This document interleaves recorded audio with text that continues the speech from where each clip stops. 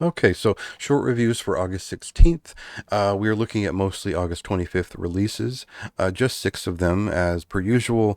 And I guess we're getting ready for next month, basically. So I'm kind of pushing through the rest of August pretty quickly here so that I can start talking about September. There are so many great releases in September that we're just going to kind of scrape up the remainder of August and kind of push through the stuff that really stands out. And in terms of something that's really interesting, that is unique in the current funeral doom headspace, and kind of long-standing in their unique nature. Barcelona-based trio of Darkness certainly touch upon a sophisticated but certainly a cult feeling form of funeral doom on this second full length.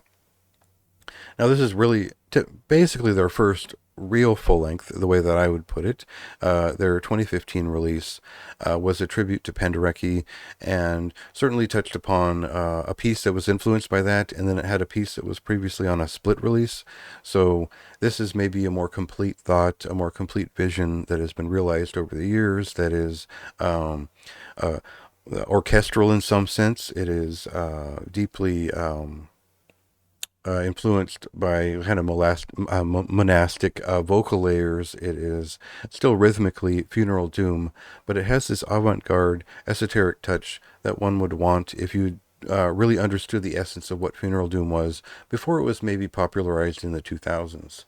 So there's this sort of a grotesque nature to this record that is also uh, anti-expressive. It does have this avant-garde feeling to it that is, I would say, on par with the sort of excitement I'd felt for Sectarism's most recent record. And I'll get to that one eventually in a different column. So definitely check out this group and explore their discography beyond this record. I think the context really helps, especially going back to their early demos. It's a pretty cool band that more people should know.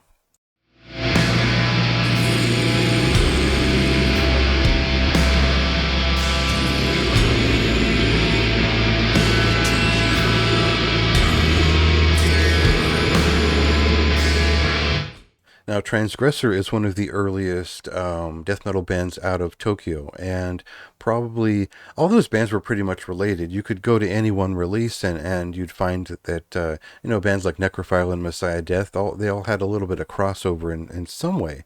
So this group started out under another name. I forget the name of it, but eventually in like 1989, they put about 4 years' work into what they were doing, and they're best known for their debut full-length Ether for Scapegoat. It is one of the first proper death metal albums out of Japan, and I would say it's still kind of a deep underground cut. If you like the first Unbounded Terror record, early Drowned Productions releases, there's that raw, real underground death metal touch to that record that's really cool to visit now, but probably challenging for folks who aren't used to what death metal actually sounded like back in the late 80s and early 90s.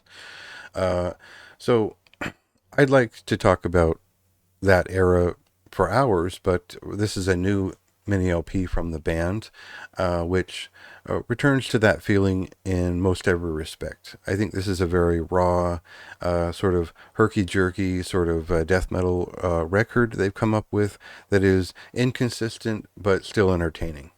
And what I mean is that the first song is, it kind of has a rocking swing to its movement. The second song is this solid death doom moment, which is unique to their style, and you can tell there's certainly a member of Anatomia in this band. And then they kick out a couple of instrumental pieces. I didn't understand that choice. They felt incomplete and short, and they clear it out with a pretty solid song to end it. So all the material is good. It's just a little bit jumbled in there, and it feels maybe appropriately raw and old school. And I get a kick out of that. I don't know how a general audience would react to it, but this is the kind of stuff I like. So really enjoyed it, but I could see where we can be objective about some of the faults here.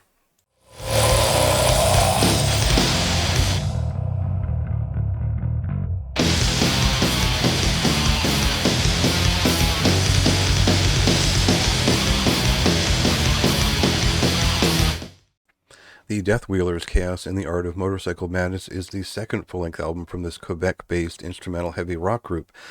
And it is one that generally touches upon kind of the stoner, kind of hard rock, retro rock feeling, and each of their albums are themed after this sort of bike exploitation, uh, fictional soundtrack sort of feeling.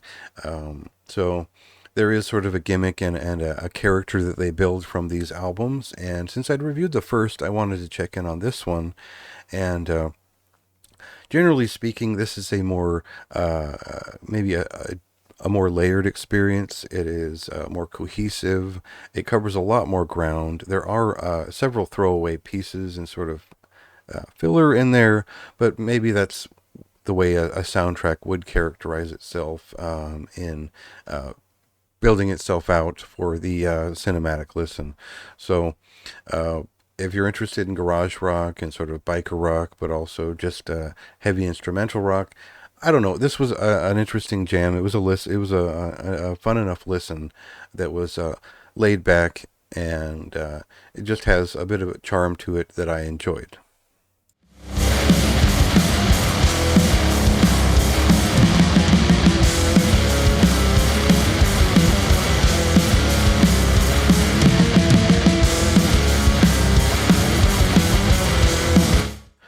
So there's always these cases of where I love technical brutal death metal. I love listening to brutal death metal, and I like a lot most all of the permutations of this.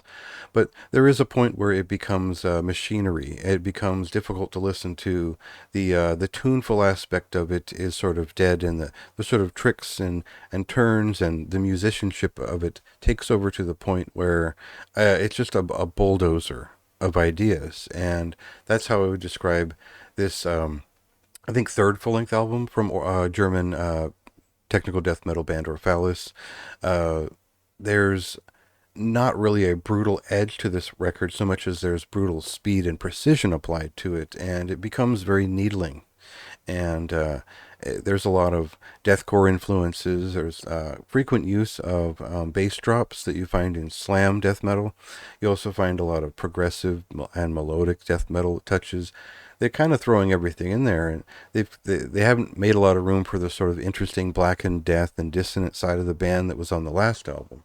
So we they're it really becomes kind of a kitchen sink of relentless ideas. And I think that if you're looking for that and you're a guitarist and you're just really interested in something that is representative of a lot of exploration in that aspect, it could be pretty thrilling. For me, I like all the things they're referencing, but I don't know that I want all of them at once. And I don't know why you'd have those bass drops in a on a record when you aren't playing breakdowns very often. So uh, interesting record. I really wanted to like it more because I really enjoy these all these notes and styles and the things they touch upon. But it never reached that point of personality or sort of tuneful impact that I really wanted to return to it. It became quite grating.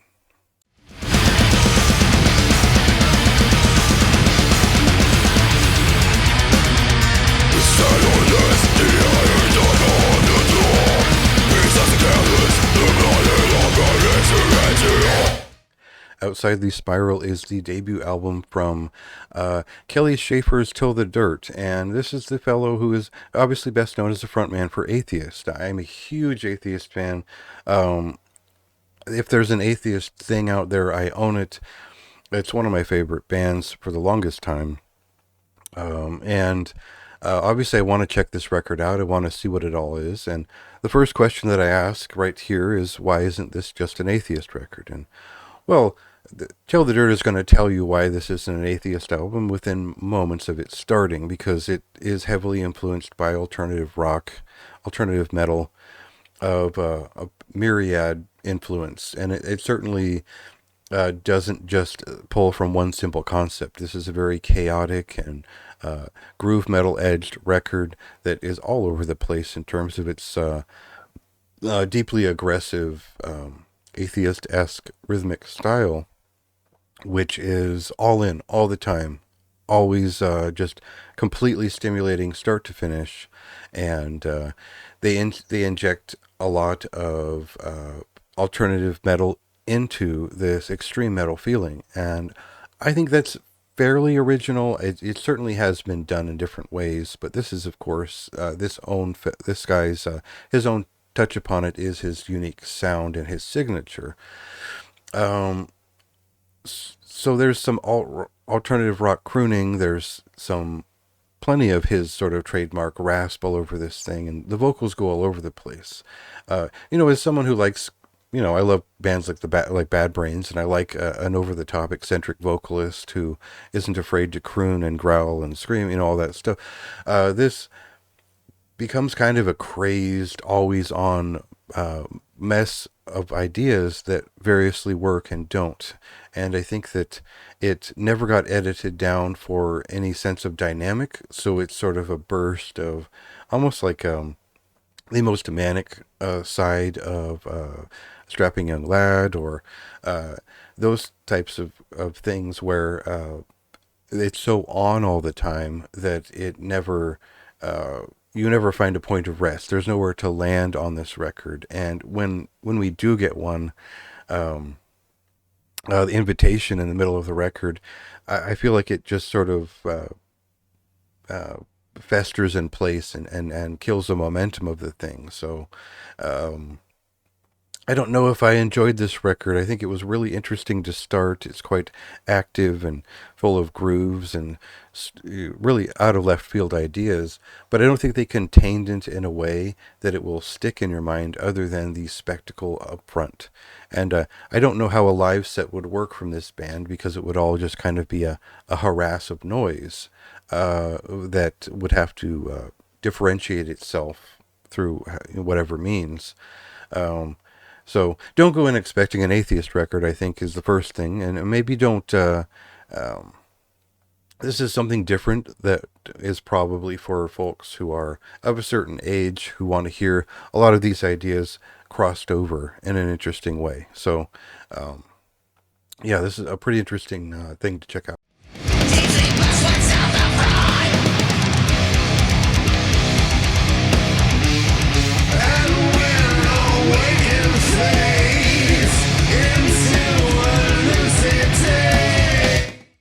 And finally, we get Deities of Deathlike Sleep, the second full length album from Grand Cadaver. And this is a Swedish death metal band, which features members of Dark Tranquillity, former members of Catatonia and Tiamat from the earlier days, and folks from post metal bands like the Moth Gatherer and Vorder. So there is a mixture of traditional Swedish death metal going on here, and some of it is a little bit leaning towards the death and roll side of things, and other parts of it feel like it has a modern post metal and melodic metal edge to it, as they work in a little bit more melody here and there. Now, as much as the classic death metal side of this record is fairly average and a little bit exciting in its references to the past, the melodic side of things is pretty interesting, and the death and roll side is just kind of filler for better ideas in the waiting. But I enjoyed this record. I still enjoyed sitting with it. I think these folks are quite good at what they're doing, and it feels like they're kind of overqualified for the job, and it helps make it kind of a charming throwback, as well as something that is desperately trying to be tuneful and kind of pulling it off here and there. I think the idea of slightly more atmospheric melody being infused into classic Swedish death metal sounds is obviously going to work by default, and it does here. So sometimes they are just a little bit too indulgent on some of their more rock influenced pieces, but overall, I had a good time with this record and just ended up enjoying it as a casual listen.